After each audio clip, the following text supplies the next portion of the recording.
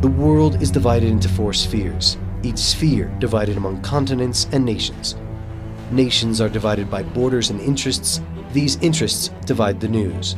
We examine the impact of these divisions on people and power. This is Imaginary Lines.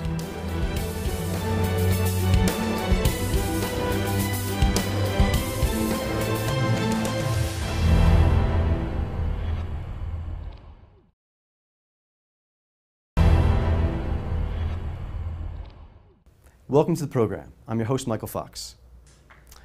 On Monday, October 19th, Canada's Liberal Party swept elections across the country, winning 54% of the seats in Parliament and thrusting its leader, Justin Trudeau, into the Prime Minister seat.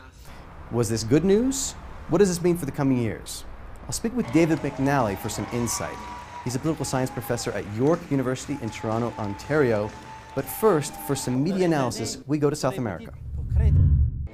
In Bolivia, a referendum is set to take place in February that could see the removal of presidential term limits.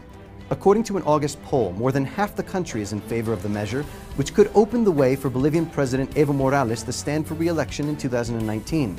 Morales' first victory 10 years ago was seen as part of a wider trend in the region to elect progressive leaders committed to breaking with the free market policies of the Washington Consensus.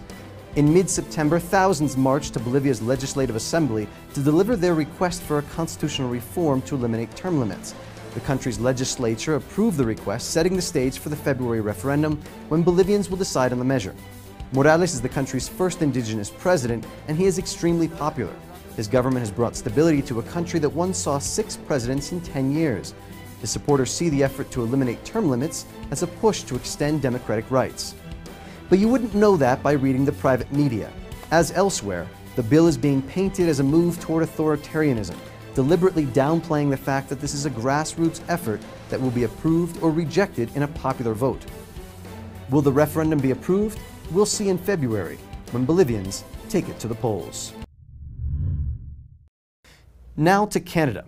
Their elections took place on Monday, October 19th. It was clear, even when the first polls rolled in from the Atlantic provinces, that the Liberal Party had made big gains. When the smoke cleared at the end of the night, Liberals had shaken up Parliament, and party leader Justin Trudeau was headed to the Prime Minister's seat. He thanked Canadians across the country. The election brings an end to the Conservative government of Stephen Harper. And during the campaign, Trudeau promised to legalize marijuana, pull Canadian fighter jets from the US-led coalition in Iraq and Syria, crack down on abuses of Canadian mining companies abroad, and improve on immigration policies. But many on the left are skeptical. David McNally is a political science professor at York University in Toronto, Ontario, and he's the former chair of the university's political science department. David, thank you so much for joining me. What does this Liberal Party victory mean for the coming years in Canada? Oh, it's my pleasure, Michael.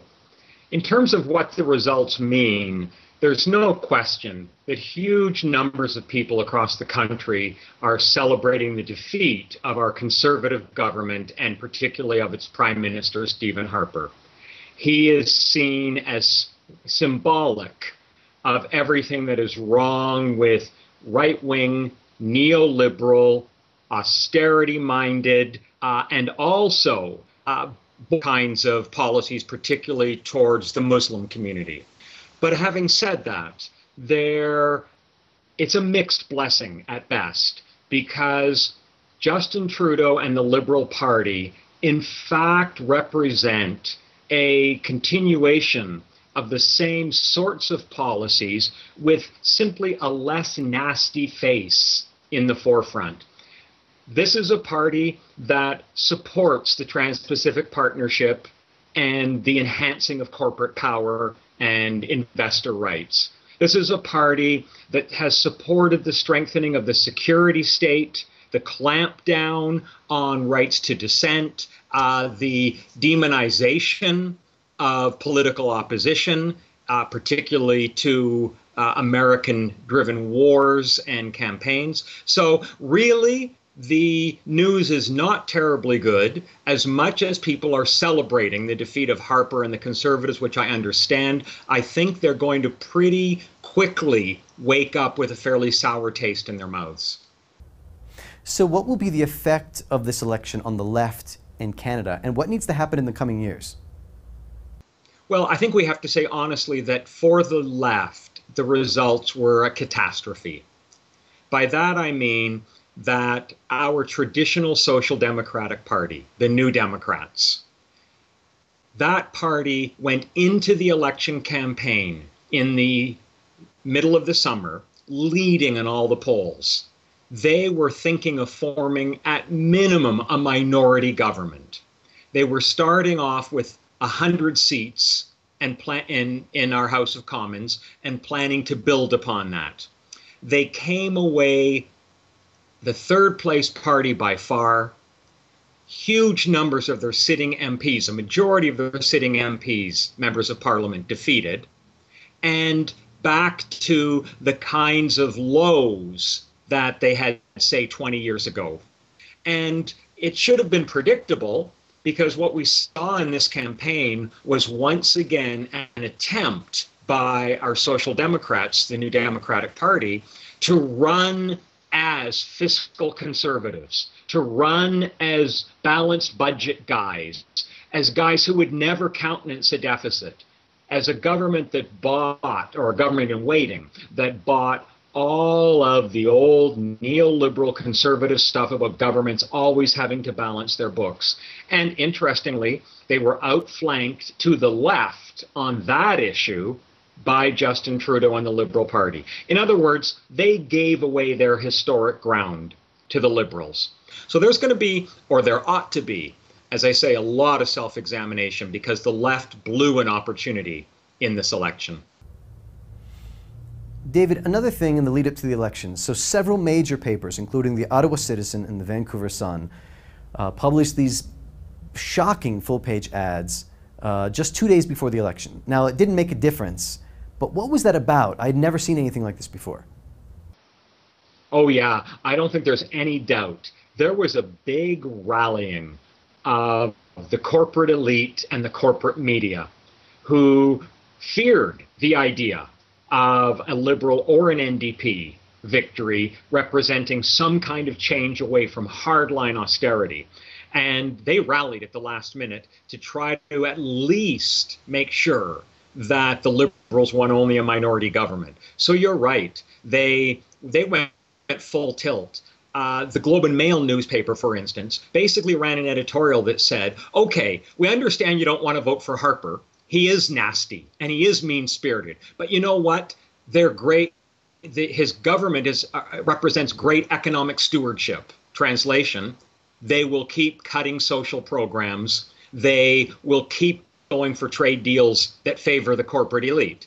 In other words, they went into what can only be called in basketball terms a full court press. Everybody going down the court. The National Post, the Globe and Mail, the newspapers that you mentioned, all trying to at least preserve enough conservative seats so that there would not be a non-conservative majority. They failed, but it was a big indicator of how much the corporate elite in this country is deeply dedicated to the policies that the Conservatives have embodied for a decade. And I'm imagining they're going to be continuing to be deeply dedicated despite a Liberal government, correct? Yes, and in fact, I think one of the things they were doing was also sending a message to the incoming Liberal government that we expect you to keep a certain kind of trust with us. And it was basically a message, I think, designed to say, yeah, the Conservatives may be going down, but you better understand where the real power brokers stand on this, and you better be ready to come to us. Well, David, thank you so much for joining me on the show. It's an important analysis, and we'll see where things go in the coming months. Thanks, Michael. It's been my pleasure. And now on to the latest from the U.S. campaign trail. Presidential candidate Bernie Sanders has made much of the fact that he doesn't take money from corporations. The American people want to know whether we're going to have a democracy or an oligarchy as a result of Citizens United. Sanders is but one man, and while he has successfully tapped into the frustration felt by so many toward the existing political system in the United States, he faces what may ultimately be an insurmountable challenge. It's not just the power and influence of corporate money on elections. It's the power and influence of the corporations themselves. According to data compiled by the Center for Responsive Politics, employees and executives of Time Warner, parent company of both CNN and NBC, have already donated nearly $90,000 to Hillary Clinton's 2016 presidential campaign. That adds up to $500,000 the media groups, individuals, and PACs have donated to Clinton campaigns since she first ran for U.S. Senate in 2000. This information was shared widely on social media following the first debate of the Democratic Party candidates. Countless online polls and focus groups were found that Sanders had taken the debate, but much of the U.S. media, including the New York Times, the New Yorker, CNN, Slate, and Vox, claimed it was a victory for Clinton. Ultimately, corporate media shudders at the thought of Sanders as a 2016 presidential candidate. Big money still runs the show in U.S. politics, and notwithstanding the enthusiasm Sanders has generated denouncing the corporate influence in U.S. politics, he may not be able to make the necessary change on his own. But perhaps Sanders could be the beginning of something much bigger. And that's it for today's program. Thanks for watching. I'm your host, Michael Fox. Please join me next week.